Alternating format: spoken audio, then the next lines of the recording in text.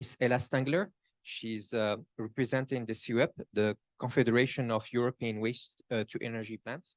So I'm inviting Ella to join us. Hello, Ella. Good day. Hello. Hello. Good afternoon to China. Good morning from Europe. I will tell you about the trends in Europe with regards to waste to energy. For those who don't know CEWEP yet, we are the European Umbrella Association representing the operators of waste to energy plants. When I refer to waste to energy, I mean the incineration of the waste that is not good enough for recycling, coming from households and similar municipal waste.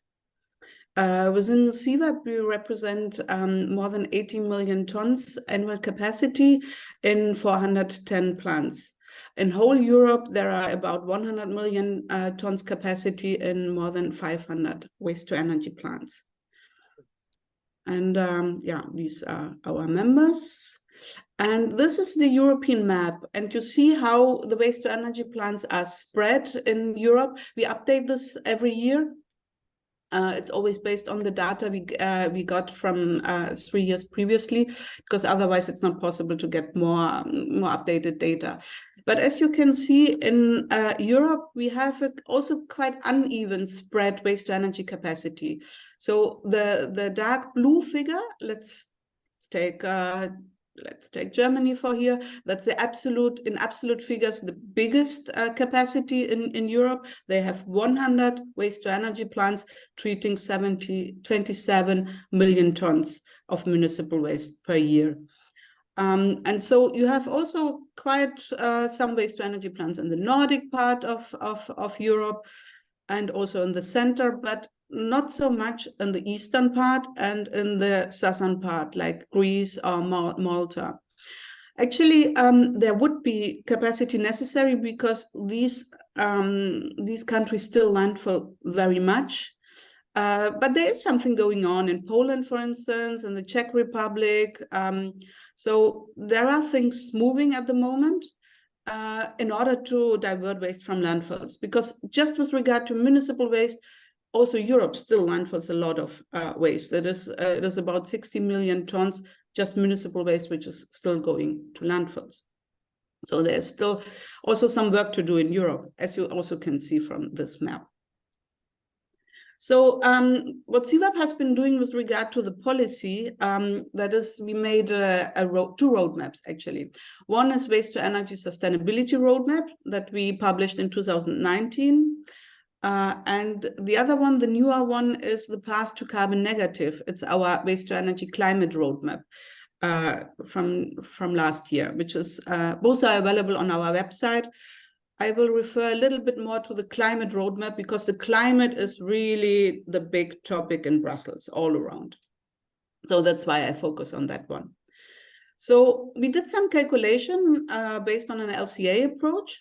So if you take a ton of waste, then yes, waste to energy emits fossil CO2 that comes mainly from the plastic waste. And from a ton of municipal waste, we estimate that around 400 kilograms are fossil origin and 600 kilograms are of biogenic origin. So that doesn't count. So we count the 400 kilograms CO2 per ton of waste treated. But on the other hand, waste to energy offsets its direct fossil emissions via energy production, replacing fossil fuels. That is the amount here of 360 kilograms per ton of waste treated, which we can save. And also through the recovery from bottom ash, the leftover from incineration. So just from the recycling of metals from bottom ash, also about 60 million tons of CO2 can be saved. Would we also calculate the landfill diversion, then the savings would be much better. But here we didn't do that. But even if we don't do that, you see that waste to energy has, in average, I always talking about European averages, a saving of about 20 million tons of CO2. So it's more or less climate neutral at the moment through the offsetting. However, the sector is looking into becoming carbon negative in the future. And how is this possible? Well, mainly through carbon capture and use or storage. And this here is a potential about 500 kilograms per ton of CO2 per ton of waste treated that can be saved, resulting in negative climate result or a positive climate result, depends how you take it, of 440 kilograms per ton of waste treated. So how can this be done? Because you would need negative emissions in order to really achieve tomorrow a carbon negative situation. And that means, of course, not to be mixed up with carbon savings. That's the offsetting that I just mentioned. It is via carbon removals that waste energy can become carbon negative, because if you capture also the biogenic CO2, which doesn't contribute to the fossil CO2 emissions, then you can indeed create negative emissions. And as I said before, we estimate approximately 60% of the emissions from waste to energy have biogenic origin, and only 40 have fossil. So with these 60% of biogenic emissions, if these are captured, this is the potential to generate carbon removals in the waste to energy sector. And this was also actually announced by Franz Timmermans, the former vice president of the European Commission, who explicitly said that the combustion of biogenic waste is accounted for as not adding to net CO2 emissions, and combined with carbon capture and storage, the use of such waste to produce electricity or heat can indeed generate net carbon removals. And also the IPCC report from April last year explicitly mentioned that the integration of waste to energy and carbon capture and storage could enable waste to be a net zero or even net negative emission source. So for this, of course, we need a legal framework, because it costs a lot and investors would need some security.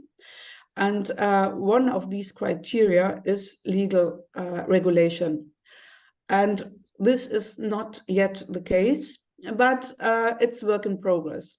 So by 2026, the European Commission has to make an investigation if permanent storage should be included in the emissions trading system. And also the European Commission proposed a first EU-wide voluntary framework to certify high-quality carbon removals as a necessary instrument to reach EU climate neutrality by 2050. So this would be an important tool, of course, a regulatory tool to give some security and to create a market. So the carbon removals can be nature-based, like carbon farming, or what is relevant for the waste to energy sector, industrial-based. So via the permanent storage, such as the bioenergy with carbon capture and storage, or the carbon storage in long-lasting products, such as materials for construction. Also, the European Commission made a public consultation on industrial carbon management, carbon capture, utilization, and storage deployment. It started this consultation in June, and yeah, the goal is to set the legal basis for the deployment of CCUS technology, because otherwise not much will happen if you don't have these legal bases. And they are also, they mentioned in an appendix in a section which was dedicated to waste to energy, several extracts from the CEWEP climate roadmap. So they have waste to energy on their screen already. So will there be a market for these certificates once they are established? Maybe. You probably have heard from in the media that Microsoft announced to be carbon negative by 2030. And yeah, they deploy $1 billion of capital and an own climate innovation fund. if in parallel to the certification of carbon removal, the industry will also have some obligations or ambition to become carbon negative, then there could be indeed a market for carbon removals in the future.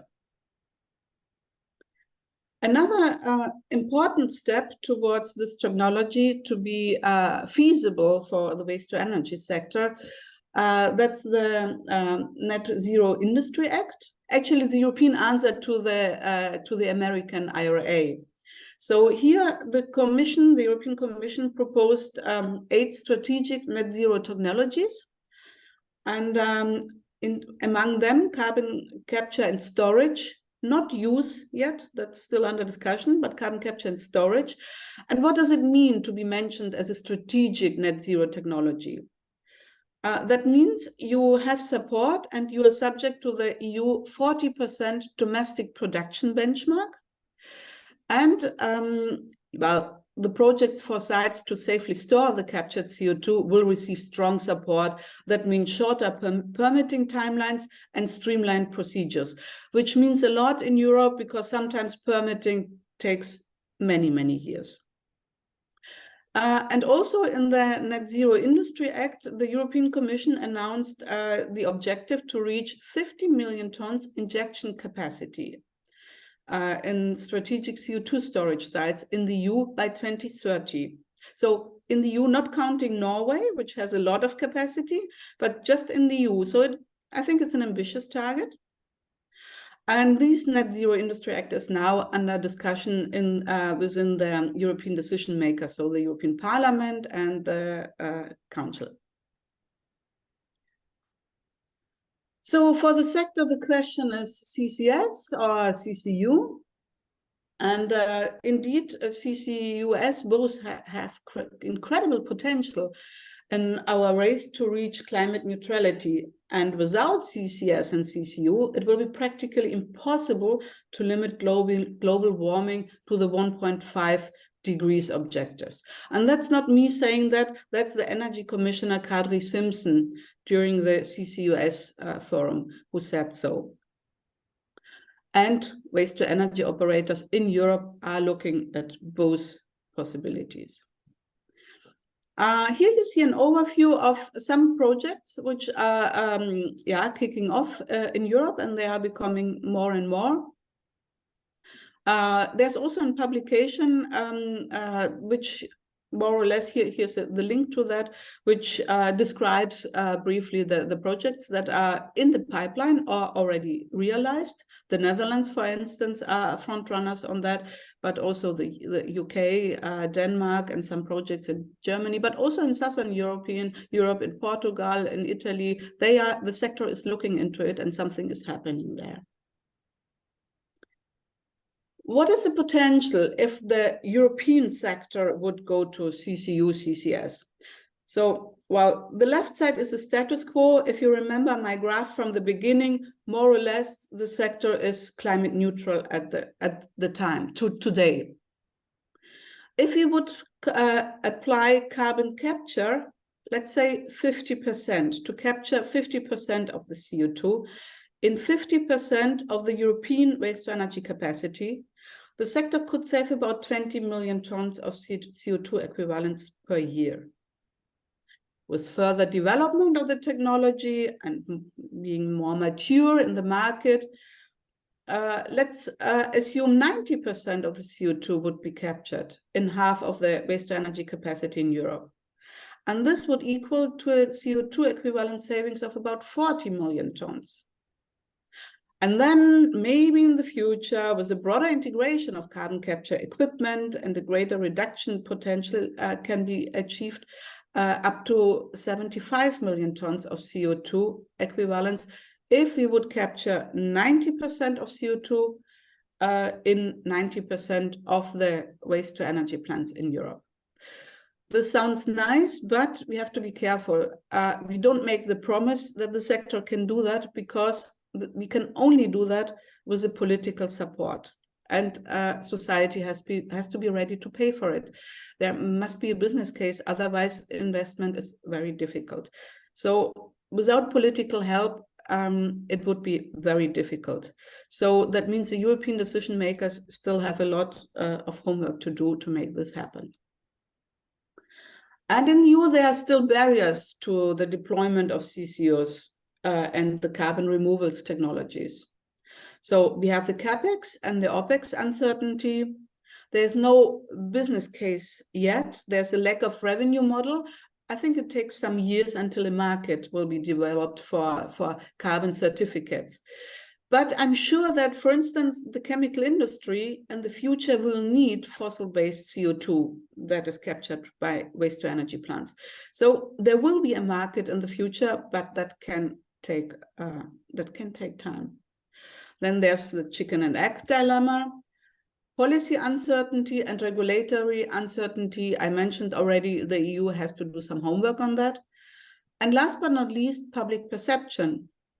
The waste-to-energy sector is used to face public perception issues, but also CCU and CCS mainly face some criticism in the public and from NGOs. And no surprise, the NGOs are skeptical against CCU, CCS application in waste-to-energy. So there are, for instance, some publications from Zero Waste Europe saying CCS for incinerator is an expensive distraction to a circular economy. They still think it creates a lock-in effect and it would hamper recycling. So it is the arguments that are known against the waste-to-energy sector in general, and they are vocal with the arguments against CCU, CCS in the waste-to-energy sector as well. But I must say, in the European Commission, we see some encouragement to do that, and they see waste to energy really as you have seen from the quotes from people from the European Commission, as a tool towards becoming climate negative. A lot will depend, of course, if waste to energy will in the end be in the scope of the EU emissions trading. There was a review of the EU ETS last year, and the European Parliament gave the task to the European Commission to make an impact assessment by 2026 to check the feasibility of including waste to energy in the EU emissions trading from the year 2028. So it's not only the Parliament, the Council agreed in the end as well, but it was the European Parliament pushing for it, because the European Parliament is of the opinion that sooner or later all sectors should be covered by the EU emissions trading. So yeah, we are preparing for this impact assessment, providing information to the European Commission. What is important is that during the review of the EU ETS, the political decision makers made clear that you shouldn't look only isolated into waste to energy, so not only into municipal waste incineration, but have a holistic approach. Look at the whole waste sector, and including landfills, for instance. Because if you make only waste to energy more expensive, that can have quite counterproductive impacts on the whole waste management route. And if we have EU ETS and waste to energy in it, then we should definitely avoid a waste leakage to landfills or to exports outside Europe, where maybe the facilities don't comply with the same strict requirements as we have them in Europe. So this waste leakage must be avoided, and that's why a comprehensive feasibility and impact assessment must be done now. But what we have first to do is monitoring, reporting and verifying, and that's what the operators of waste-to-energy plants are already obliged to do as from January 24. So that was a very, very short deadline to start with, because most of the member states don't have waste-to-energy included in the EU ETS. So Sweden and Denmark, yes, they have some experience with that, but most others not. So it's something new, and the monitoring regulation doesn't really fit for more heterogeneous waste. So it has to be adjusted, and we had a talk also with the European Commission to explain them why waste is different and why the operators need more flexibility for dedicating or measuring the CO2 emissions. One reason is if they would insist in measuring, we couldn't supply 500 plants, waste-to-energy plants in Europe from one day to another with a measurement. The capacity wouldn't be there. And also, would the measurement comply with the strict accuracy requirements? So in the end, the Commission agreed that the operators of waste-to-energy plants need some flexibility, so they can base their reporting both on measurement or on calculation methods. By default, they gave a certain emission factor for municipal waste that should be taken. So if you can just, we're over time. Okay, but that's I'm finishing. Okay, that's good. Thanks. That's my last slide, because that gives an overview of the EU emissions trading and where we are now. That's starting in 24 with the monitoring. Yeah, and then the other times I mentioned already, that's just an overview, and that's how I can finish, hopefully not too late. Thank you. Okay, thank you. Thank you so much, Ella. I'm gonna call Professor Stefano Consonni from WtERT Italia to join us and make a presentation. So, Professor Consonni, hello. Are you there? Can you hear me? Yes, very good. Very okay. Good. We're Thank very you. pleased to see you. The same for me. The same for me. I'm very happy that at the end I was able to connect. Thank you so much. First of all, good afternoon to all the friends who are gathering in Hangzhou. I meant to be there in presence, but unfortunately, due to a change of plan, I couldn't join you. But I'm very glad I have the possibility of present to you the activities and with the focus on some recent projects that we are pursuing here at WtERT Italy, which, as indicated in the first slide here, is something for which we have chosen a somewhat different name, MATER, which stands for Materials and Energy from Refuse. It works well both in Italian and in English. It is a study center that we have started more than 10 years ago as part of the WtERT network. And with this name, the idea, together with the supporters that you see here, they are the main companies operating in waste management in Italy. We meant to emphasize the dual focus of our organization, which is to focus both on the recovery of materials as well as on the recovery of energy, which we think are the pillars of sustainability. This is the goal toward which we would like to work. And I'm glad that this in years has become also the goal of the WtERT network. We have discussed this many times with Professor Temelis and the other friends of WtERT. The purpose of my presentation here, also given the very little time, is to give you an overview of what we do at WtERT Italy. Here is the list of the goals and the main activities which are stated at the origin of our study center.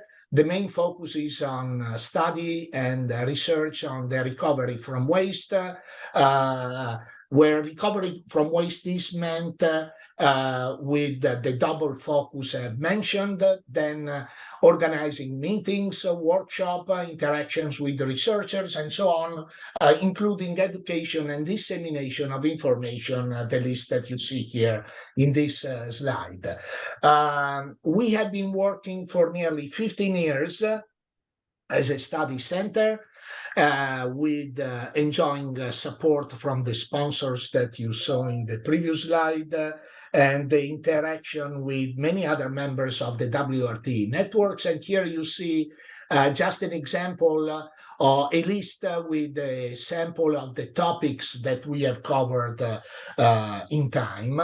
Let me give you just a little bit more of information in what we have called the spotlight projects that we pursue with programs that are defined every 3 years. The financial support to matter from our sponsors has a cycle of 3 years.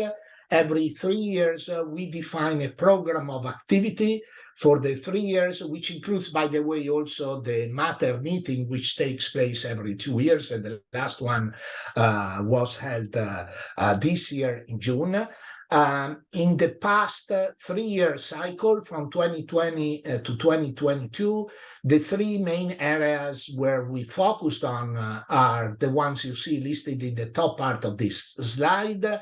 While for the cycle we are in now, from 23 to 25, the spotlight projects are the ones that you see listed in the bottom part of this slide. Let me say a little bit more on these 6 activities. The first one, which connects to what Ella has just presented, and which we think is a very hot topic and the crucial point that the waste-to-energy industry and all the the people working in waste-to-energy have to face, and that will determine in a very important way the future of this activity, is the relationship with climate change and the capability of handling properly the CO2 emissions.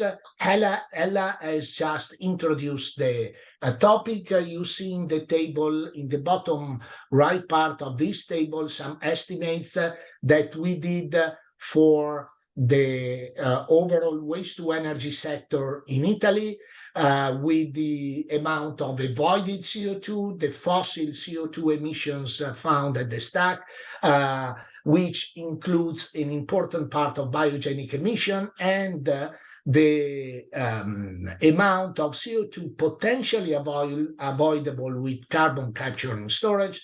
We are talking in Italy of nearly 8 million tons of CO2, which is a significant amount compared to the overall CO2 emissions in Italy. And from this Spotlight project, we derived very interesting information, which were the basis of 2 large horizon projects, of which I will give you a few information at the end of the presentation.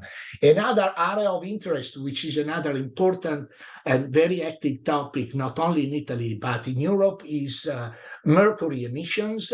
And we did a survey of the situation on mercury emissions of the waste-to-energy plants in Italy. Most of the plants, in order to comply with the new definition of best available techniques that have been enforced in Europe recently, have installed equipment for the continuous monitoring of mercury emissions. And this is another area of active research and activity in a number of plants in Italy, on which we are planning very recently the development of some artificial intelligence algorithm in order to predict as accurately as possible the trend of mercury emissions from waste-to-energy plant, which in some instances has proved to be something that needs particular attention. The third topics on which we focused in the past 3-year cycle was bioplastic. That's another important area that has evolved a lot in Italy and in Europe in general, the introduction of bioplastic. Here there are issues on the actual potential for recycling this bioplastic, on which we think it is necessary to focus a little bit more, because certain materials that have been introduced are actually biodegradable, but the time it takes is sometimes not coherent or compatible with the plants in which these bioplastics are treated. Coming to the current 3-year cycle, and let me accelerate a little bit in the interest of time. In this new cycle, we are focusing on the topic of the recovery of materials for the energy transition, the expansion of photovoltaics, the use of batteries and other technologies that are related to what is called the energy or the ecological transition, where hopefully the world will move toward a low carbon future. This involves the use of advanced, in many cases, new materials in wind turbines, solar, photovoltaic, nuclear, coal, and natural gas as well, involved in carbon capture. And this requires, we think, a different and more specific approach on the recyclability of those materials. And we just started working on this at the beginning of this year. I will be able to give you more results at the end of the cycle in 1.5 years. Other topic that was chosen as deserving of particular attention. This is a topic that emerges rather frequently in the discussion on the treatment of waste in Italy recently, is what is called waste to chemicals. It is a topic that can be broken down in many different directions. It goes together with the area of e-fuels and the area of hydrogen that can be produced from waste. And we plan to develop a rather detailed technological and thermodynamic analysis of the actual potential of this technology, also to estimate what are the real commercial possibility for the penetration of these technologies in the market for waste treatment and waste recovery. And finally, the last focus is on what we call the pills for sustainability, namely a number of publications aimed at disseminating information on the evolution of technology on waste recovery and waste to energy. There is often the perception that waste is not a topic where advanced research and new discovery are taking place. And actually, we think this is not the case. So it is important to be capable of communicating effectively also to non-experts all the work which is being pursued all over the world on advancing the technology and the effectiveness of waste treatment. Coming to the final part of my presentation, I want to give you a focus, coming back to the first topic that I mentioned, the topic of carbon capture, utilization and storage. This is a focus that Ella already covered in her introduction, and I'm glad that there is a nice connection with her presentation. This is a topic on which we have been working, as you have seen in the past cycle of the matter activity. Here you see an overview of the technologies with pros and cons that are applicable for carbon capture in waste to energy, from solvents, membranes, molten carbonate fuel cells, oxy-fuels, and calcium looping. We are carrying out, together with the support of most of the sponsors of Matter, a project based at the plant in Corte Olona to verify the potential for the technology based on hot potassium carbonate. I was glad to see that this project is also mentioned in one of the slides that Ella showed. This is not the only focus we want to pursue. within this project based in Corteolona. We expect to generate predictions and technical economic estimates also for advanced solvents, starting from amines and trying to understand whether there are innovative solvents that can be used, as well as the option of molten carbonate fuel cells.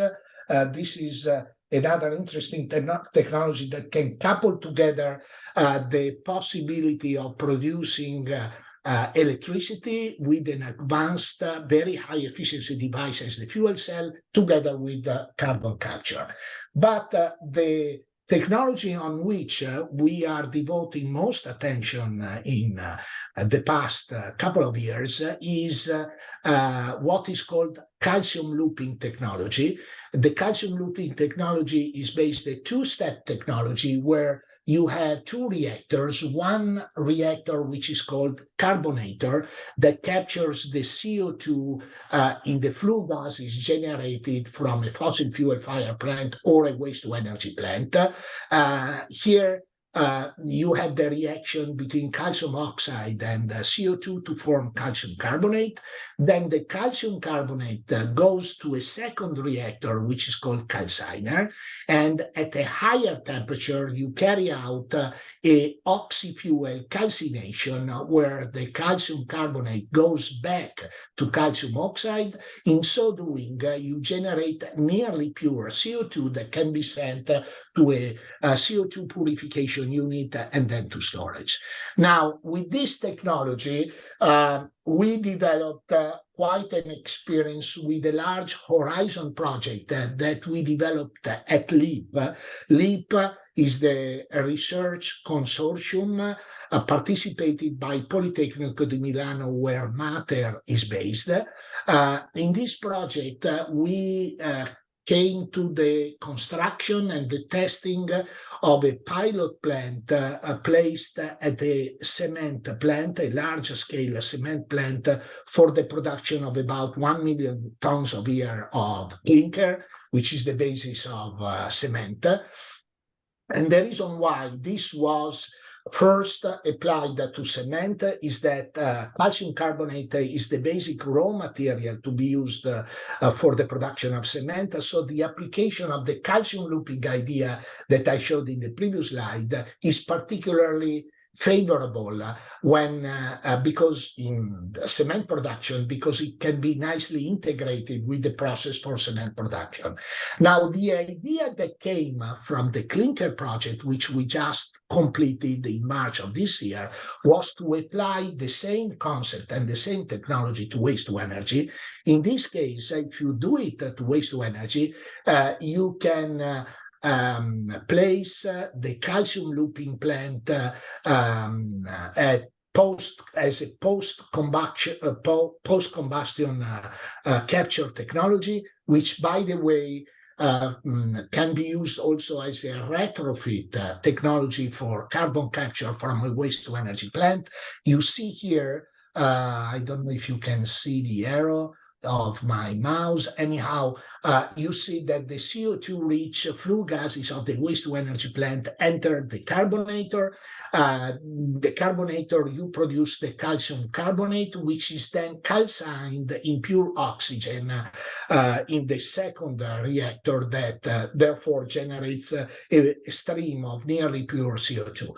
Now, the very interesting feature of the application of this technology in waste-to-energy plant is the calciner, in addition to the waste-to-energy plant, can be fed with waste, or more properly with RDF, with waste-derived fuel, which can increase the waste treatment capacity of the plant. So this is basically the only application for CO2 capture where the extra energy needed for CO2 capture can be provided by waste, and in so doing, you have a possibility of increasing the waste treatment capacity of the plant while at the same time reducing the CO2 emissions. And this is a very interesting option. These are calculations for a case study that we developed for a medium-sized plant of about 70 megawatt thermal of combustion power. This is a plant with average performances, a gross efficiency of about 23%, and net efficiency of about 20%. You see here the impact of the application as a end-of-pipe post-combustion technology of calcium looping. You have the possibility of increasing the power production because the waste input that you add in the calciner generates additional energy that can be recovered in a steam cycle. But what is most interesting here is the increase in the disposal capability, in this case of nearly 70%, with the capture of CO2 of nearly 90%. In the next two slides, you see the carbon balance of this application. As Ella already mentioned, you do have with waste to energy emission of CO2 at the stack.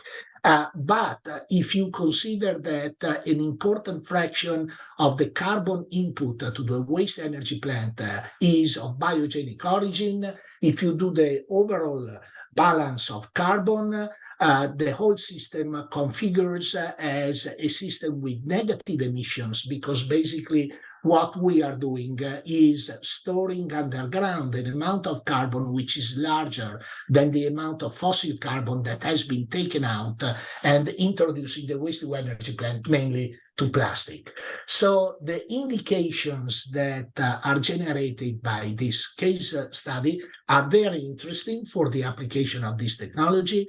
Well, first of all, in order not to give a too easy picture of this option, the plant is complex. The capex related to the introduction of calcium looping on waste to energy are very substantial, and we need to feed the calciner with pure oxygen. So we need an air separation unit, greater complexity and capital intensive system, but we have very interesting outcomes in terms of carbon capture capability and also in terms of the economic return from our estimates, which are of course very preliminary. The increase in the gate fee that is needed in order to cover the cost of the addition of this calcium looping system are of the order of 10-20% of the gate fee increase, which sounds very interesting and quite feasible. As an outcome, yes, I have a couple of slides. As an outcome of this, we are participating in two large European projects. One is called Global WtERT. You see here the basic goals and ideas behind this project, but most important, we have started at the 1st of January of this year a project which is named Hercules, which includes the construction of a pilot plant to demonstrate the feasibility of calcium looping applied to waste to energy at the waste-to-energy plant in Milano, which is a large commercial plant that handles more than 500,000 tons of waste in Milano. And there we'll have the demonstration, hopefully, of the actual capability of this technology for waste-to-energy plant. And you see here the plant scheme, and here the idea of the whole Hercules plant, which has the ultimate goal of demonstrating the whole CO2, the whole value chain of CO2 capture, transport, and storage. We'll have also storage in the Adriatic Sea and off the coast of Greece, close to Thessaloniki. I think that I took all the time, so let me stop here. Thank you so much, Professor Consonni. I'm gonna give the floor now to Professor Dr.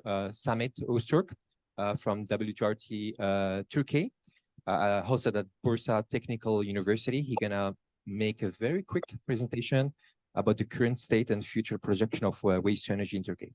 So, Samet, the floor is yours. Thank you very much, dear Reda. Can you see my slides now? Yes, very good. All right. Hello, everyone. I'm very happy to have this opportunity to present some slides about the current state and future projections of waste to energy in Turkey. Let me briefly introduce myself. My name is Samet Öztürk. I'm an assistant professor at Bursa Technical University. My main research lies on waste to energy, sustainable waste management, also wind energy, specifically offshore wind energy recently. And my university is Bursa Technical University. It's a very young university. It's located in Bursa, which is the fourth most populated city in Turkey. The university has more than 11,000 students, and so far there was like more than 500 projects, and we have 15 departments in the university, including environmental engineering department. So we have lots of projects going on in the university. So let me talk about the current state of municipal solid waste management in Turkey. There are two pie charts here. On the left, the statistics coming from 2018, and on the right, it's the latest statistics from 2020. In Turkey, almost 70% of the municipal solid waste are disposed on the sanitary landfills, and 17% goes on the dumping sites, and 13% is recovered with glass, paper, or biogas. And by years, you can see there's a kind of increase in the sanitary landfilling rate and a decrease in the dumping rate from 2008 to 2020. And we will also see the recovery after 2016. And as of 2020, we have 1.05 kilogram per day per person municipal solid waste in Turkey. And I'm sure that you're all familiar with this iconic figure from CEWEP. And I only added Turkey on the right part because it just falls in the right part here.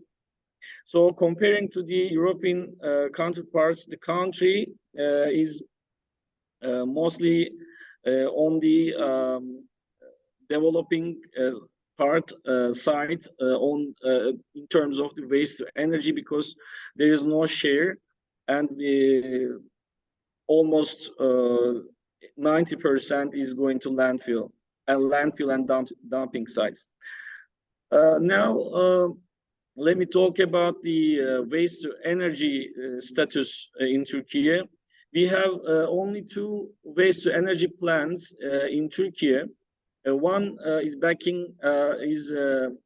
is an old plant. It only incinerates the hazardous waste, and its capacity is around 5 megawatts, and it burns almost 50,000 tons per year. On the right, you see Istanbul Waste to Energy plant. It's a very new plant. It was established in 2021. It has a 77 megawatt electricity generation capacity, and it incinerates around 1 million tons per year. About the future projection of waste to energy in Turkey, there is an action plan. It was prepared in 2016 to list the plans for between 2017 and 2023. And when we look at the waste management strategies in this book, we see that the incineration, the waste to energy option is listed and as a plan. Some cities are listed as priorities, and the prioritization is given as first, second priority, and third priority. In this plan, only Istanbul city had the waste to energy plant. The other cities, Ankara, Izmir, and Kocaeli, so far didn't have any waste to energy plant for municipal solid waste. And in the third priority, you see there are several cities, and the restriction is that at least 500,000 tons per year capacity. At our university, we have some project development. We have an idea to create a web-based site selection tool for optimal locations for potential waste to energy plants in Turkey.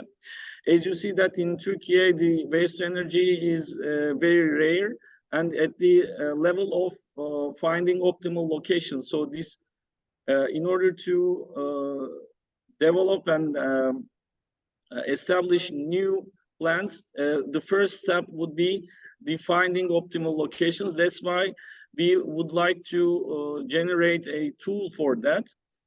We had some initial interactions with the municipality admins in Turkey, and they had positive feedbacks. And we would like to apply for an international project call for this idea.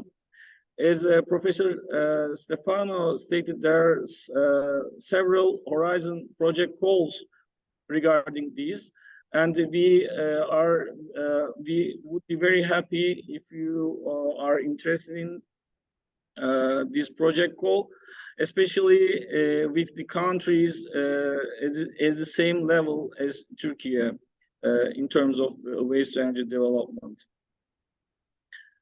And in conclusion, Turkey is a growing country with nearly 90 million population, and it's projected to increase in terms of the population and waste as well.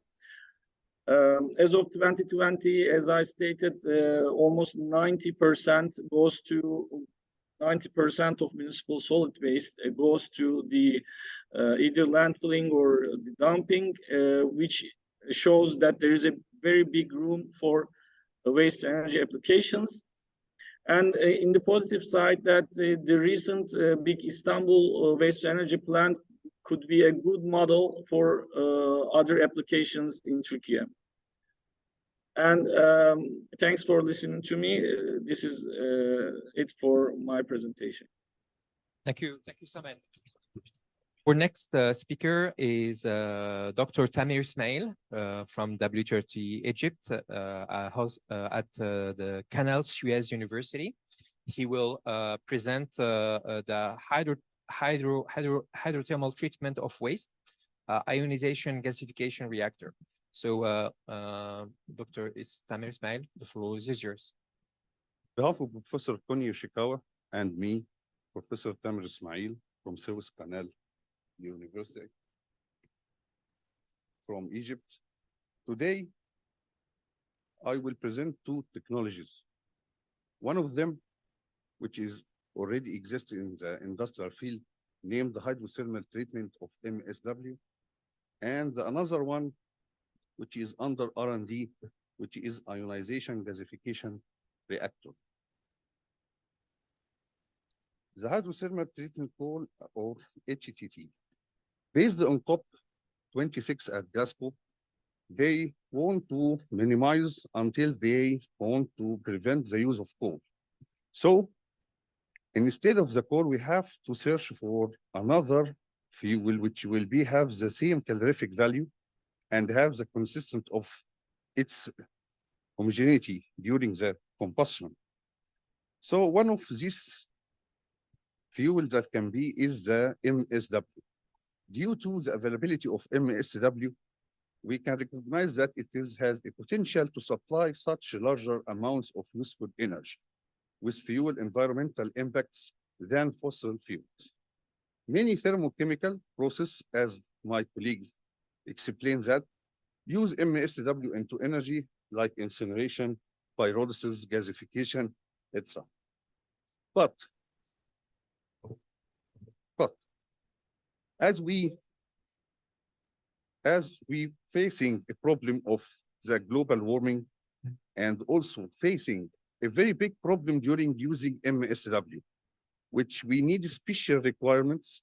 Like Dr. Hani said, they can't use MSW in waste to energy because the high moisture content. But in another city, not another country, it may be the moisture content is small. Also, the MSW every day, not in every city, every country, every day, and we can specify it every hour, will be changed its composition from state to state. So what we discuss, or what we have thinking, how to convert this waste, this MSW, to useful or to be a product with the same calorific value and the same composition. Because everyone speak about waste to energy, especially the incinerators, only speak about waste, speak about economically, environmentally. Where is the properties of the combustion? How can you preserve the flame every hour with changing the composition of the waste? This is the main point of view. The combustion itself is a very big issue to deal with this non-homogeneous material. Anyway, MSW is non-homogeneous. For the combustion, it is very sophisticated. For this way, or for this purpose, we think about which is named HTT, hydrothermal treatment. What is the hydrothermal treatment? And what is the difference between carbonization, which is not very accurate and not very good, especially it expenses more money and the value is not good, is the hydrothermal treatment. The idea came to us from the origin of the coal, how the coal has been founded in the earth during many years, decay until it converts the plant, the animal into coal. We will do this, but instead of million of years, in 45 minutes. And this is what we will see. This is a very simple diagram. This is the reactor.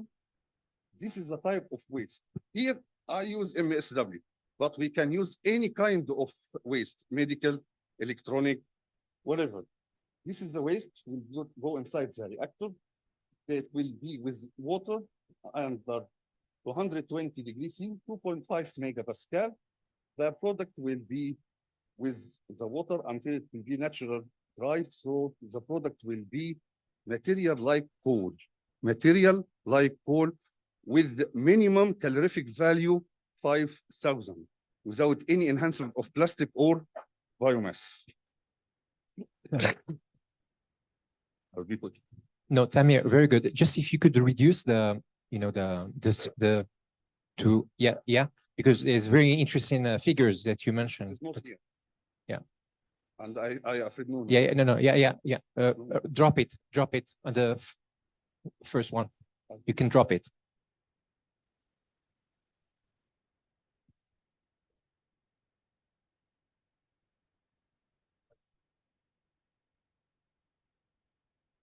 Yes, correct. Very good.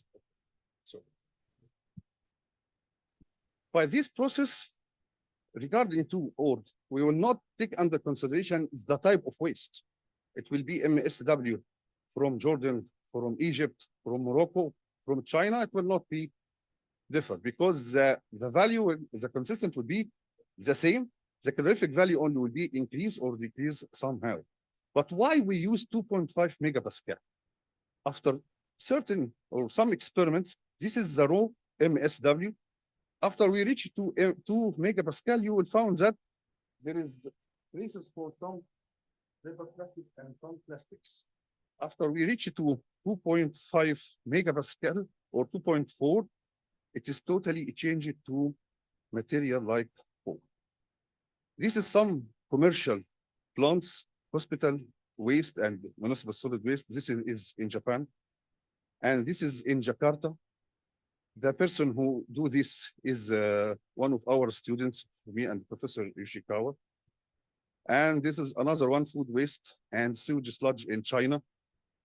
And this is the first one has been done in Shanghai, 2010. And this is a small video we do to show what happened inside.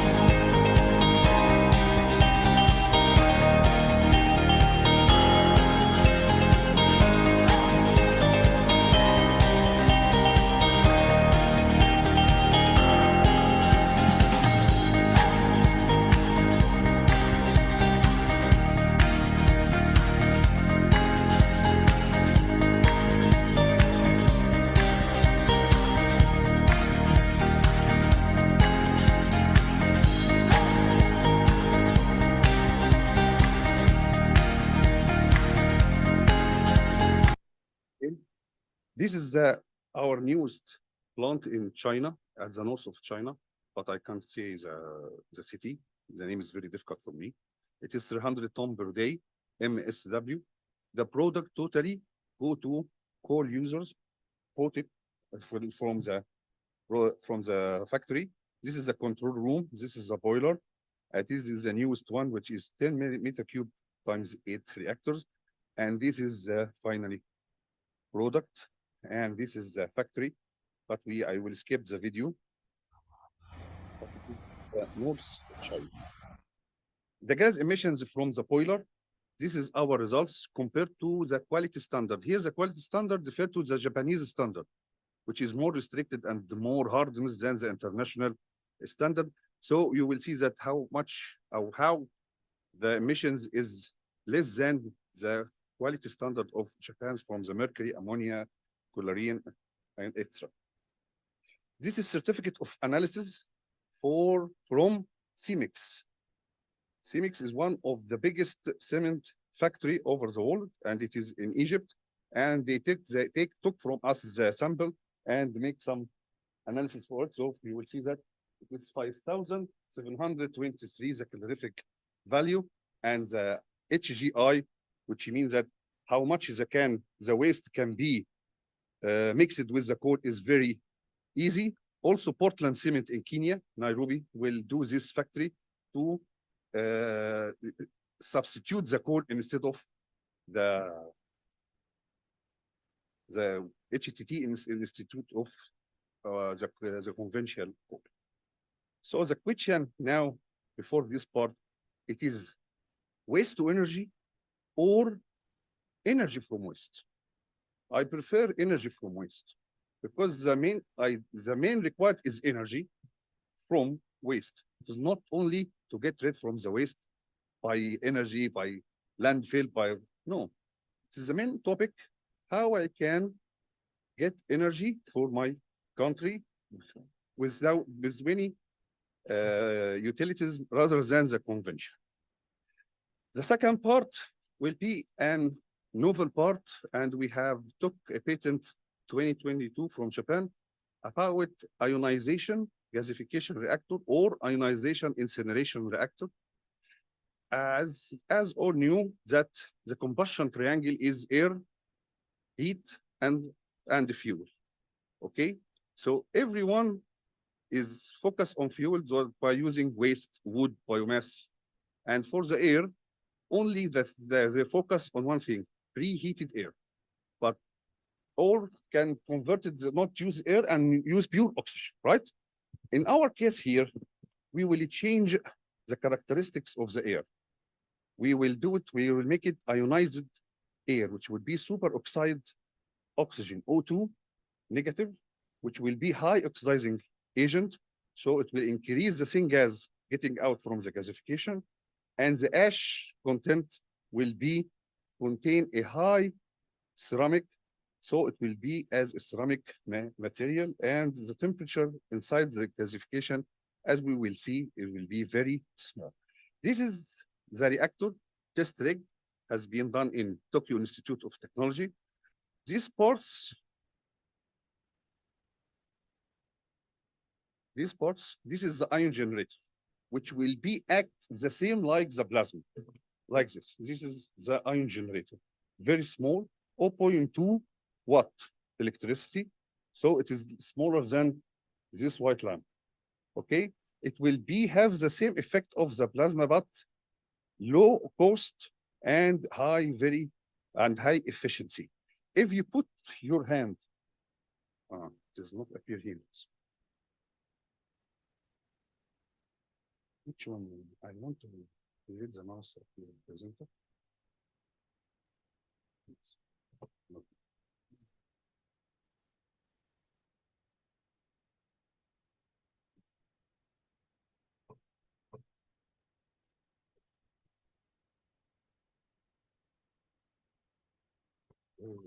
Later. So this is the ion generator. 1, 2, 3, 4, 5, 6 from the 4 faces. And as I said, this is the ion generator. It has its own patent out of us. it produces only negative ions, not positive, not ozone. Okay, so the very strange here that the temperature here in the bottom is about 1,000 degrees. So it must be decreased gradually, so until it reach for 1 meter cube, it could be reached here 400, 250. But the very stranger in here that the temperature here is 25 degrees. This wall is not isolated. So if you put your hand on the wall from outside, you will not feel any heat. Also, the same gas increase 20%, and the ash from here until very high ceramic effect. So what happened inside? Experimentally, it will be very difficult to measure or to explain what will do inside. So Professor Ishikawa asked me to model this type of reactor by my own code, CFD. I do it. So after making this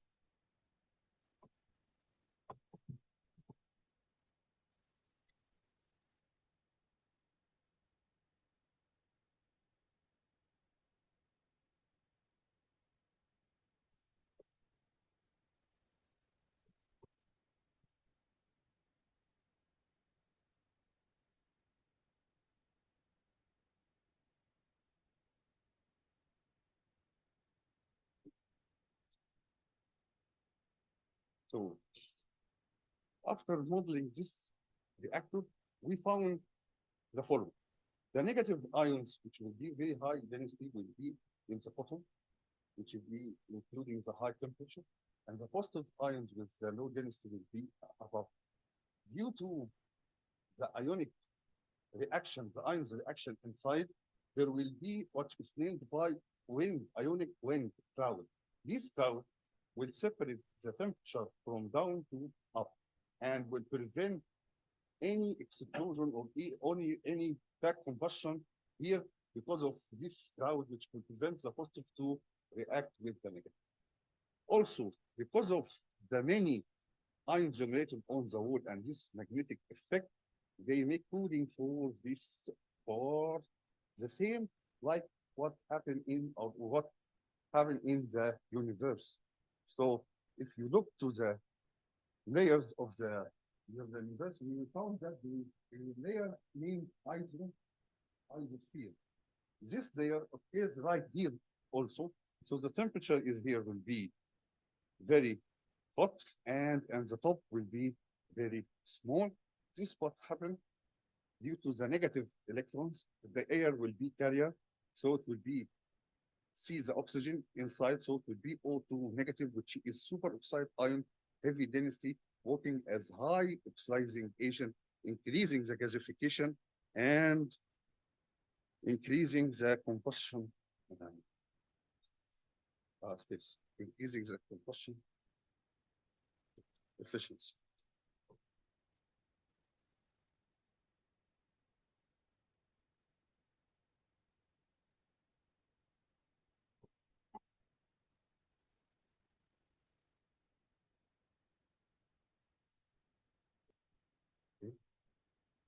So this is another reactor, and this is our patent 2022. And this is the last thing that today we will see that is small.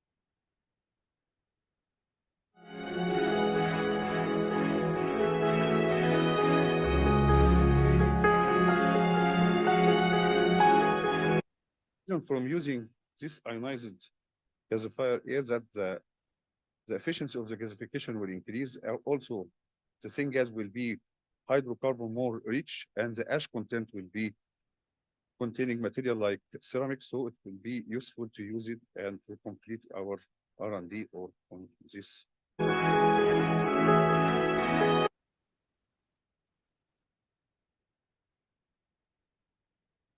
Thank you for your attention, and any question I will be available.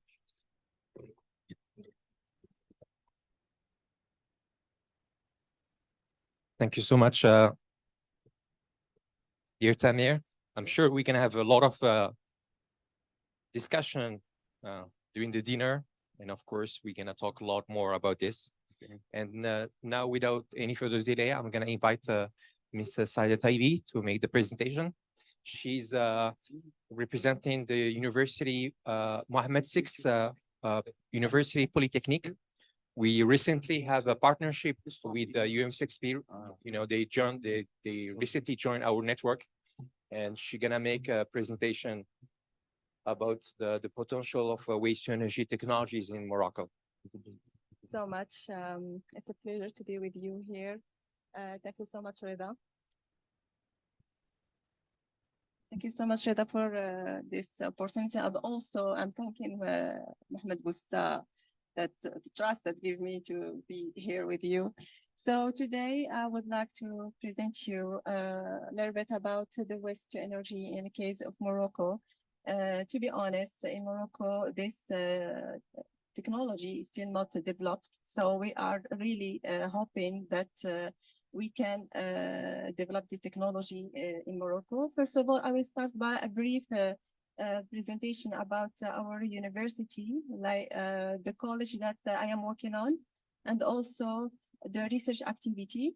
Then I will give a brief description about the energy demand in Morocco, and also the biomass potential there, and also the roadmap that the Ministry of Water and Energy made that for this part. So UM6P is, or University Mohammed VI Polytechnic, is a young university that have launched by the King Mohammed VI at 2017. It's a very young university. But until now we have 7 campuses. The first one that launched at 2017 is the Ben Green, which is dedicated to the applied research and the teaching exact science. We have another in Rabat. We have dedicated for governance and economic social studies, and also for EI research center. Another one at Casablanca, which is dedicated, or which is a platform of innovation, and also a startup ecosystem in ecosystem. We have another one in the south of Morocco, dedicated to the problem or the challenges of agriculture or in south of Morocco and also Africa. Another university hub in Mazagan.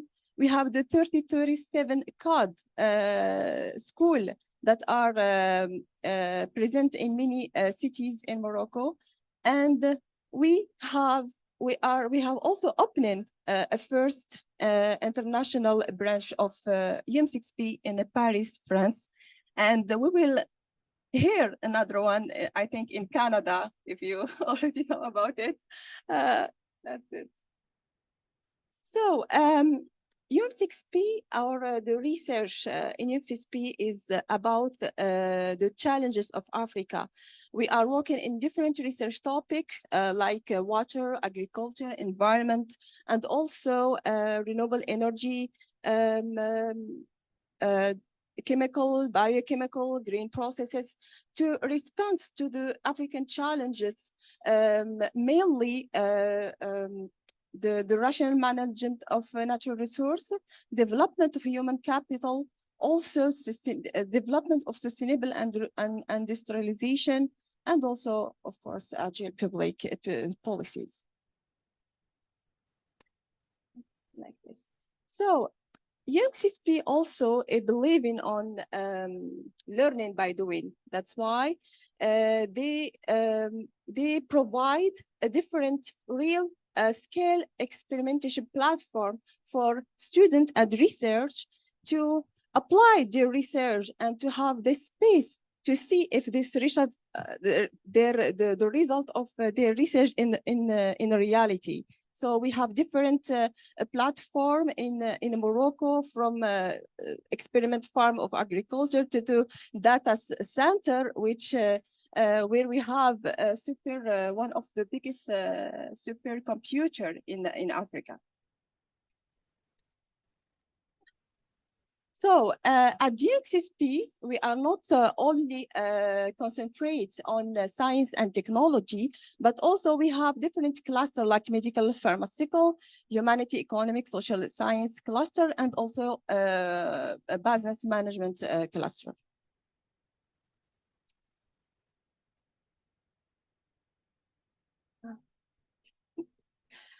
Also, UXSP give to the researcher and the student the possibility to start or to transform their idea to the startup. So they provide some of the incubation program for a startup, like for example Explorer, to the for example Innovex, where so this platform are providing mentorship and also funding for this young student researcher, so to develop their idea and to stay in Morocco. This is the more important thing. For example, now over 530 project funded and startup supported by the UXSP, which generate like plus than $20.6 million that raised by our 25 startups since 2020.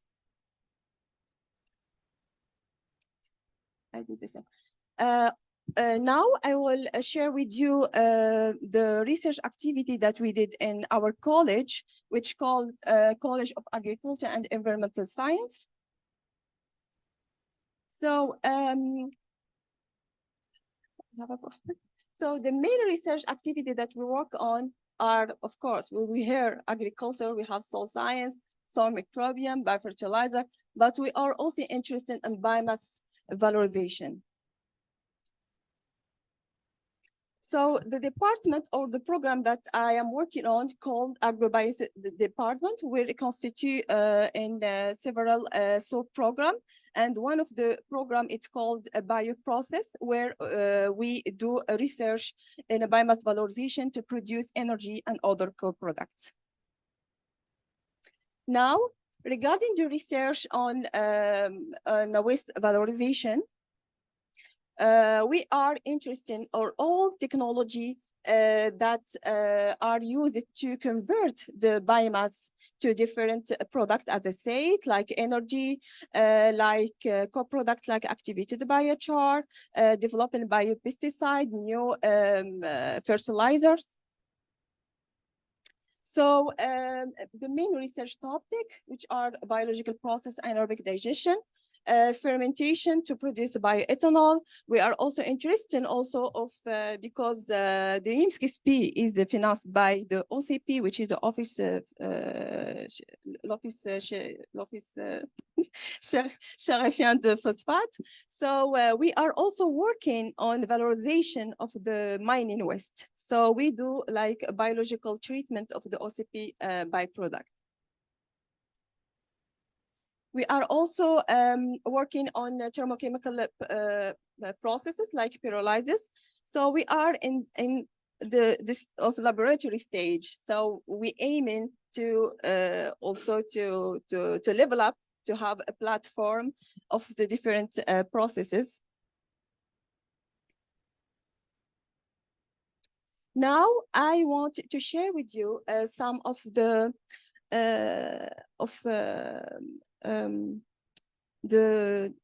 the energy demand in Morocco.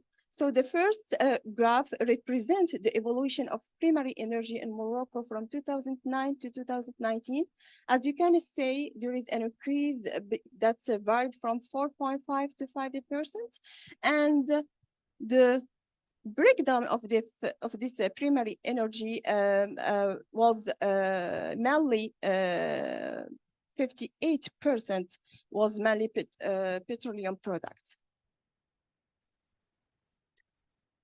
For example, here there is an energy flow diagram, which represent how the flow energy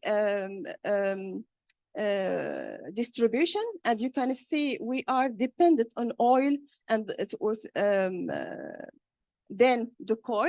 However, for the solar and wind energy, it's still minimized than they pass that 6%.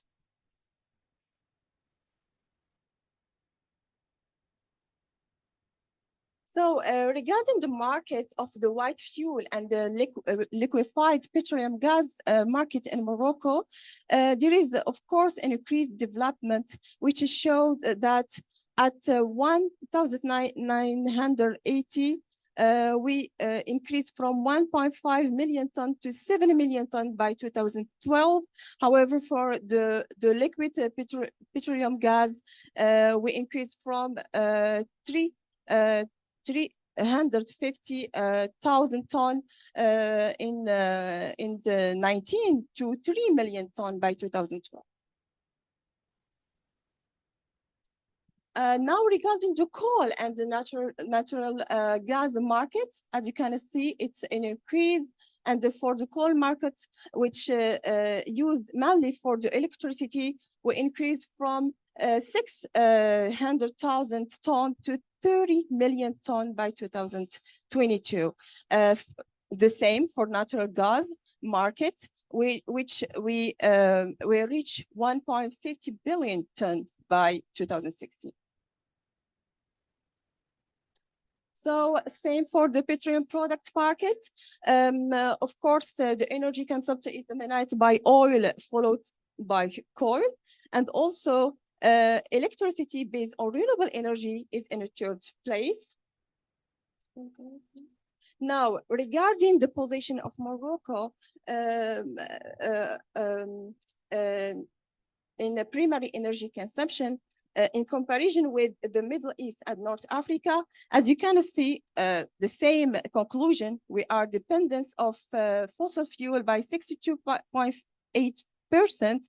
However, for Egypt and Algeria, as you can see, they are dependent on natural gas. So now the target by the vision of 2013 for the Morocco, we want to reach 52% of electricity generated by renewable, and reducing the reduction of greenhouse gases by 42% by 2013, and also reducing the energy consumption by 50%.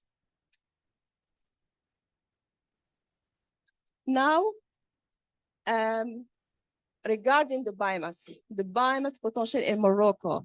So this is a study that was in 2015. Now we are in 2023, that we can imagine that it will be increased. So the total, the potential of the biomass in Morocco, it reached 12.2 million watt-hour by air. So this is a great potential to be exploited. So regarding the share of biomass in primary in energy globally now, we can see that East Africa, Central Africa, West Africa, and Africa, they are the most using the biomass in comparison with the different countries like Russia, China. Also, there is a little smaller part, not than 10%.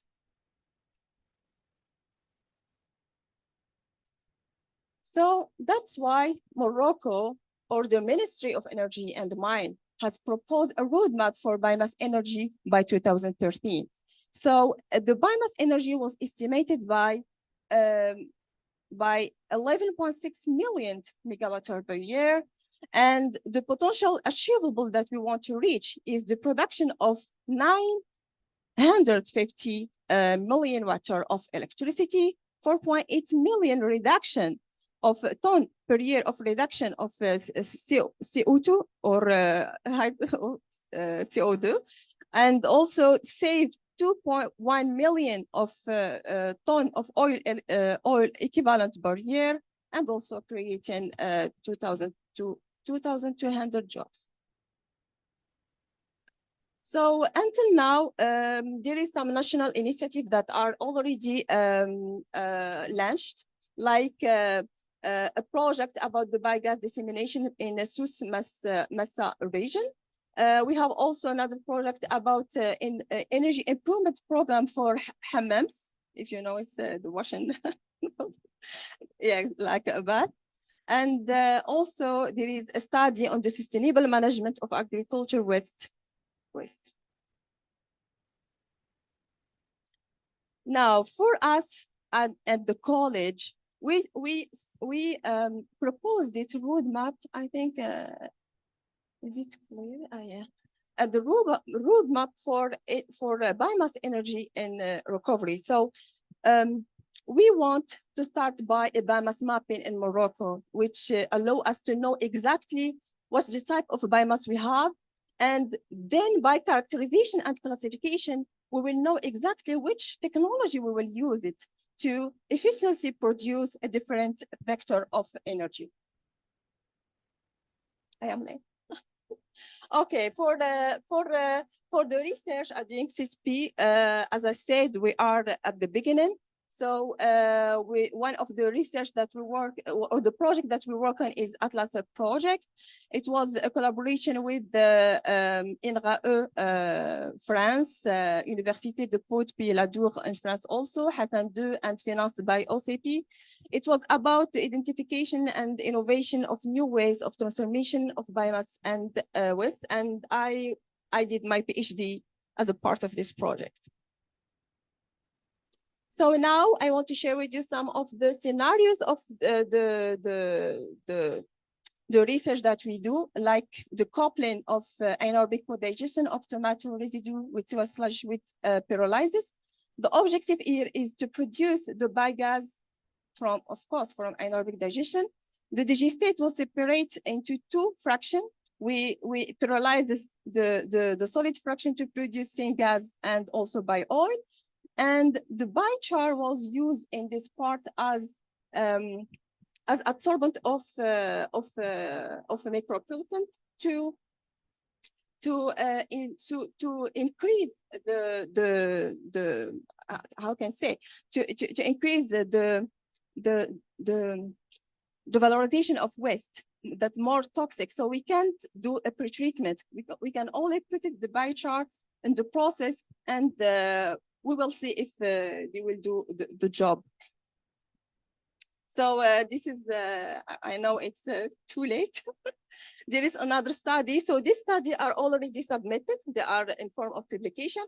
So the other study is the same, coupling anaerobic digestion with a pyrolysis, but in this case, the liquid digestate was used as a microalgae culture.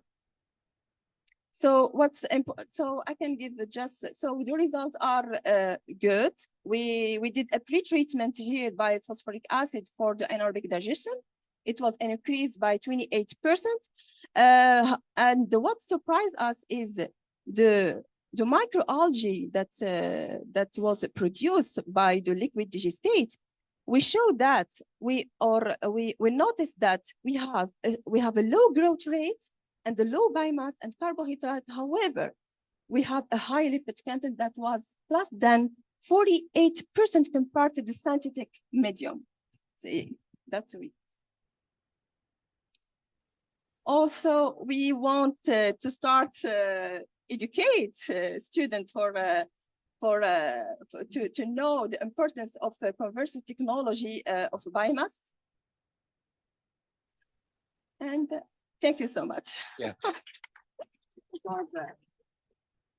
Thank you so much. Thank you so much, Saida. Next speaker is our representative from WtERT Thailand. So Dr. Shinatan Arpraset. So Praset. So he's hosted at the University of Kasetsart University. So he's gonna present an overview of waste management and the current status of the waste to energy project implementation in Thailand. Okay, my name is Shinatan, and I'm from Thailand. Well, now I'm serving as a Director of Energy and Environmental Engineering Center under Faculty of Engineering in Kasetsart University. Our university is one of the oldest and one of the biggest university in Thailand, located in Bangkok. And the topic today is an overview of waste management and current status of waste to energy project implementation in Thailand. So first, I would like to show you, this is our country, it's Thailand, and we have several places, very beautiful, rich in culture, and also some food that if you have chance, you should visit Thailand. And our population is about 66 million, and we have women more than men, and yeah, nice, right? And we have a total area of 500,000 square kilometers. Okay, and we have two sides of sea. On the east, we have Gulf of Thailand, and on the west, we have Andaman Sea. So it's very, very good for seafood, and traveling. Anyway, so let's talk about waste. Okay, this is municipal solid waste amount in Thailand. Basically, is about 28, 29 million tons per year. But the number is reduced during COVID-19, and now it's starting going up. And on the right figure, it shows the waste management, waste generation per capita. So you see that in Thailand, it's about 1 kilo per person per day. Okay. And next, this is the way we manage. Okay, on the left side, you see that the recycling activity in Thailand become better and better before COVID-19, and then it reduced, maybe due to the contamination or something like that. We worry about the recycling, but now it keep increasing after that. Because of the recycling activity is uptrend, you see that the residues is reduced. Also, the properly disposed waste seems up, gradually up. Okay, and on the right side, it's just the number for the figure. Okay. Well, this is our study. I think it's 2017. We study municipal solid waste composition in Thailand. Right after I graduated, from Japan, so we did some study comparison between the community that perform source separation, compare with the transfer station composition, and there's a link between these two sites. Is that waste from the community will be disposed at their location, right? And then the waste truck will collect this waste, mix with other location that didn't do the source separation. And then we did another composition study at transfer station. The result is something like this. This is the community, and this is the transfer station. You see the quality of waste is different, okay? And this is the location that we did the source separation. And the result is very interesting. This is the information on the weekday, and this is the information on the weekend. And you see that at the source, you will see the amount of plastic is lower than the transfer station, meaning that there's some plastic is removed by the people at the community. So they reuse, they recycle all the plastic, all the paper, and also textile, and also glass. Those materials can be sold at some price, and they can get money from that. And if you check this at transfer station, there's a lot of plastic waste and also paper, which cannot be recycled anymore. It's already contaminated. So this is the potential of recycling between the community and the transfer station. Another thing is this is the result of plastic types in the West. You can see that we have a lot of HDPE, which is the bag, plastic bag that we use a lot in Thailand. Next one, this is the flow of municipal solid waste in Thailand. We start with 25 million tons per year, and then we have little managed source separation and also recycling, and then the waste truck collect it all, like 78%,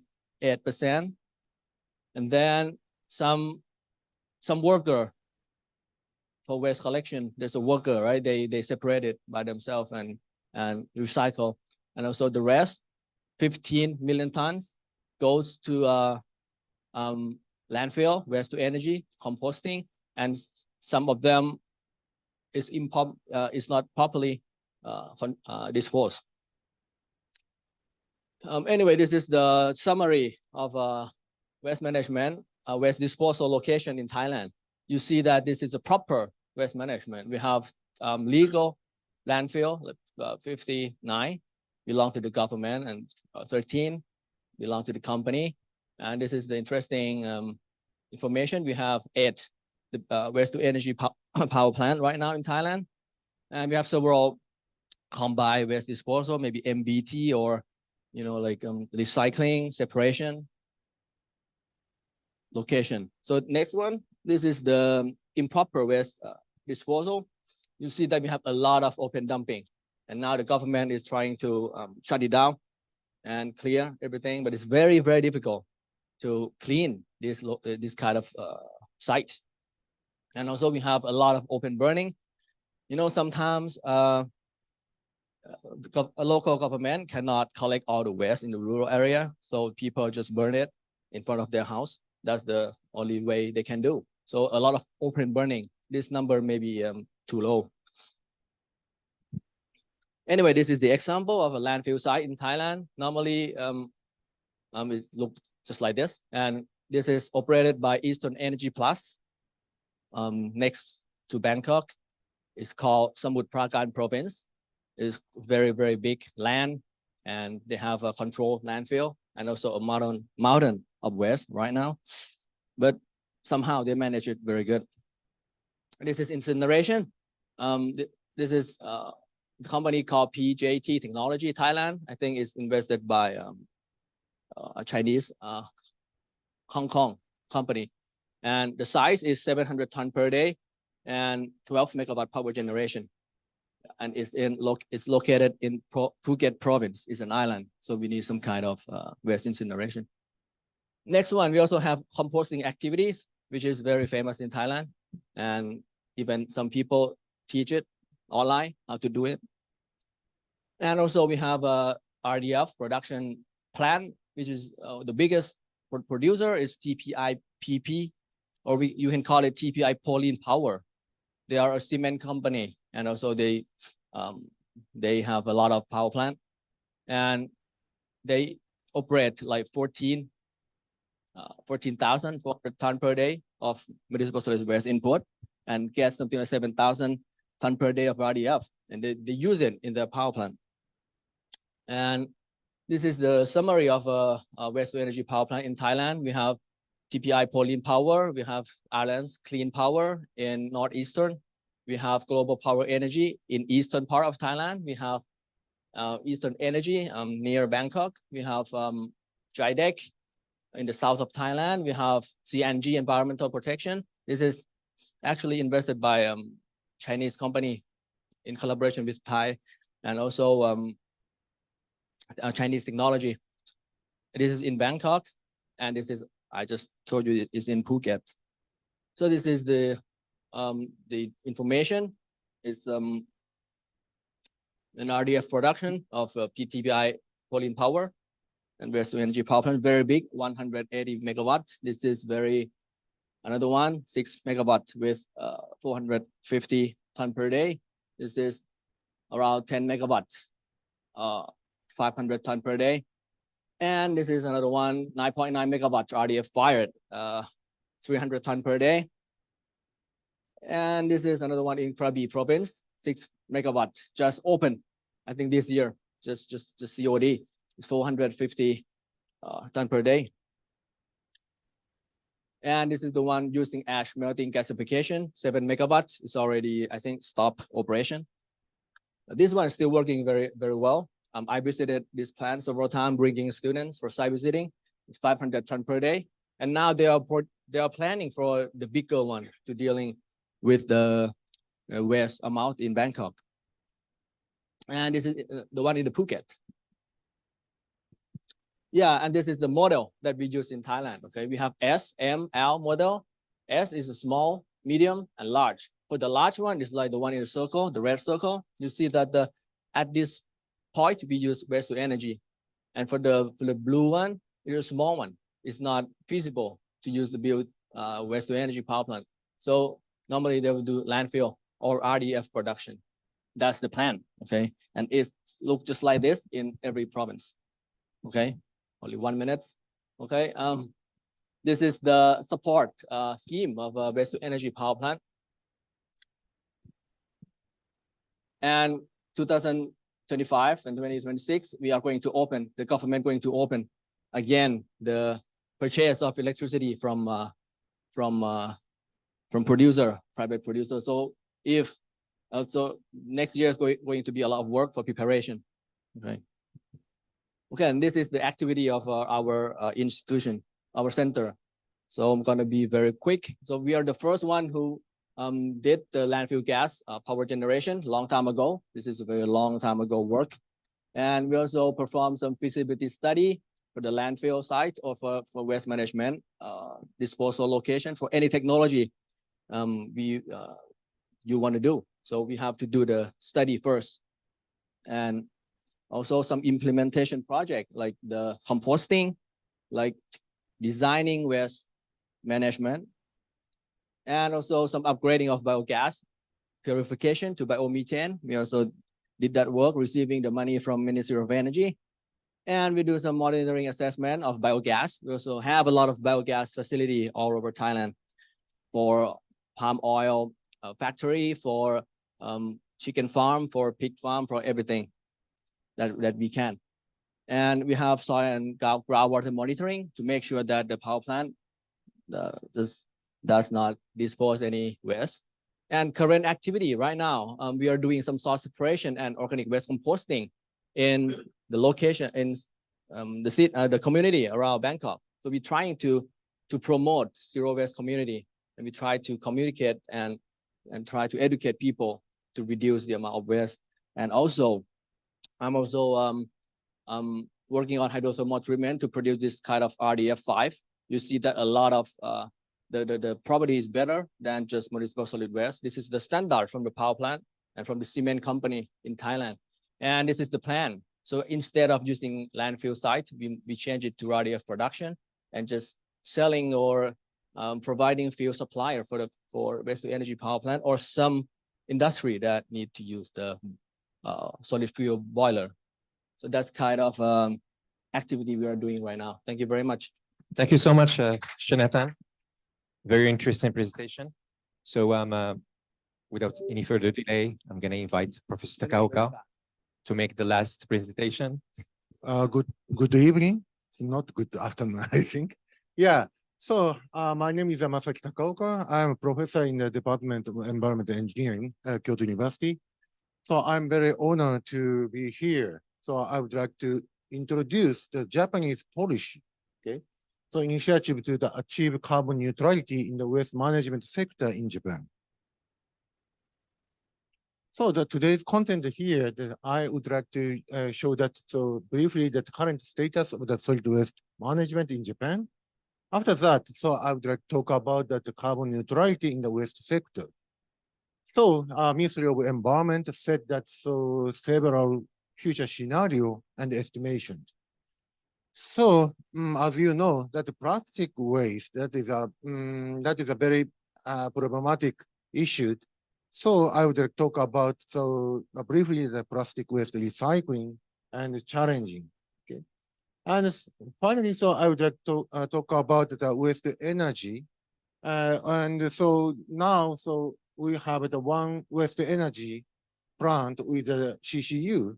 So I would like to talk about that plant. Okay. So this is a treatment of that municipal solid waste in Japan. So that generation amount is gradually decreasing. And so nowadays, less than 40 million tons of waste generated annually. So almost 20% recycled, 80% incineration. On the other hand, this is a treatment of the industrial waste. So much higher generation, as you see, so almost 400 million tons of waste generated annually. So nowadays, a little bit decreasing. So 53% is recycled. And also 40% of the industrial waste is treated by the incineration or dewatering. Anyway, we reduce that industrial waste. So just only 2 or 3% of the waste go to that landfill site. So I would like to change that so toward carbon neutrality by 2050. So ex-Prime Minister Suga declared the cut in the greenhouse gas emission in Japan to net zero by 2050 in his first policy speech 3 years ago. After that, so all ministry make that plan to achieve the net zero by 2050. So we changed that target. So original target is here. Okay. So 26% reduction by 2030 and 80% reduction by 2050. But completely changed, 46% reduction by 2030 and net zero by 2050. So Ministry of Environment, Japan, also proposed that mid and long-term scenario toward the carbon neutrality in waste sector 2 years ago. So this is the GHG emission in Japan. So as you see, there are almost 11,000 million tons of CO2 that emitted to the atmosphere from Japan. So as you can see that here, so we already so decreased that emission of the CO2, but unfortunately, so we had that so Great East earthquake, and so Fukushima that nuclear power plant accident happened. So we import more the fossil fuel such as coal and natural gas and etc. So that is the GHG emission increasing, but so nowadays, so we promote the decrease of that GHG emission. And so on the other hand, so in our sector, waste and resource recycling sector, so we can big potential to reduce that GHG emission. So that is according to the Ministry of Environment, that is a percentage of that sector with the scope for the resource recycling to the contribute that the total GHG emission in Japan. So in Japan, that 74% of that GHG from the energy origin. So, and also the 7% is a non-energy origin CO2. Anyway, so we can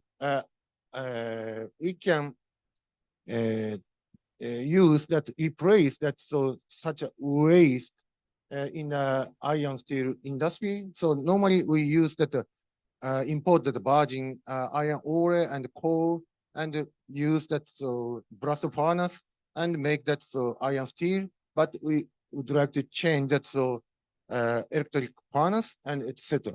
So we can change that so system. So 36% of the total emission will be reduced by the recycling. That is a very good news for that our sectors, I think. But under the IPCC rule, so waste sector already defined. So that is a landfilling and biological treatment, incineration, used as a fuel, wastewater treatment, and others. So this is a GHG emission in west sector of Japan. Almost 40,000 kiloton CO2 that emitted, almost 3% of the total GHG emission in Japan. So as you can see, this yellow bar and orange bar, that is the insulation that is used as a fuel. So that is origin from that plastic waste and also waste oil.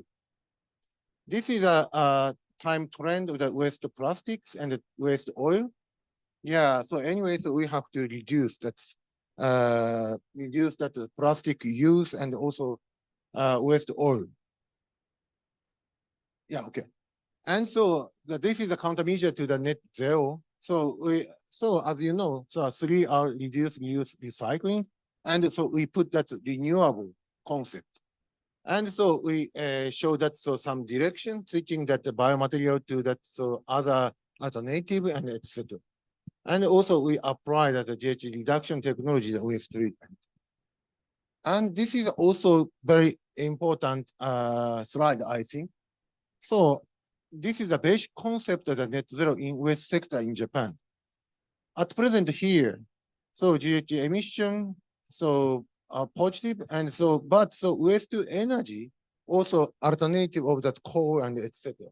So we can reduce that GHG. But 2030, so we can still count it. That's contribution of that waste to energy. But 2050, so almost all energy source that renewable energy. So that is a net zero. So that means so we cannot count that waste energy contribution in GHG emission, I think. So we need that CCU in these scenarios. So Japanese government proposed that the GHG reduction scenario in the waste sectors. So first scenario that the BAU. So that is a totally 34,000 kiloton CO2 that emitted. So originally I said that almost 40,000.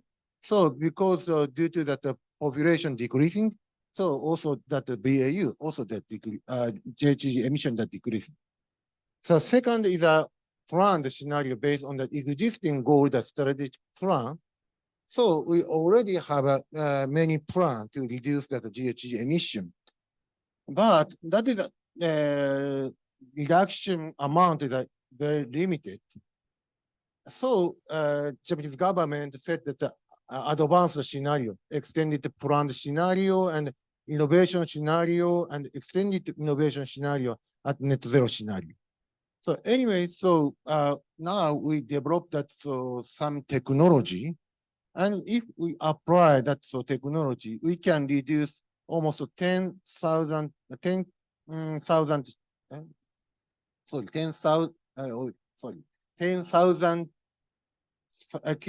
CO2. So that's still emitted. And so 5, that means that the future GHG reduction technology applied this area. So, but still 6 million tons of CO2 remain. So we have to reduce, we have to achieve that net zero. So we have to apply that CCUS technology. So that is a net zero. This is the main measure in the scenario, but time is very limited. So I cannot explain. So if you are interested in that scenario, so please ask me in the dinner. Okay. Yeah. Sorry. And this is the timeline, the introduction, the countermeasures. So by the 2030, almost the same, but after that, we install the new technologies. Okay. So also that the circular economy, so that is a very important, almost equivalent to the decarbonization, I think. Anyway, so Plastic Resource Circulation Act is enacted in 2020. So Japanese government promote circulation of the plastics. So this is a plastic waste flow. But anyway, just only the 21% 91% of the plastic waste is recycled mechanically. Yeah, so we use that waste plastic as a fuel. Okay. So the future, so we applied some good sorting technologies for the plastic waste, and also we also enhanced the heat stack recycling, yeah, coke oven and gasification, and etc. And finally, I would like to talk about that waste energy system. Nowadays, some cities combined, adopted combined system. So that means the biogas and waste energy system. So that means, so for example, the Kyoto City, my city, that is a 500 ton per day MSWI incineration plant and 60 ton per day plant. That combination also good to reduce that GHG, I think. And so one Saga city also used that waste to energy plus the CCU, just a ton per day of the CO2 that recovered and supplied to that neighbor's agriculture farm with that heat. Okay. And some company also challenged that methanation from the CO2 from that waste incineration plant flue gas. Okay, and also other company also challenged that the methanol synthesis from the CO2 from waste incineration flue gas. Okay. Okay. Finally, I would like to show that conclusion, the future challenge. Thank you very much for your kind attention.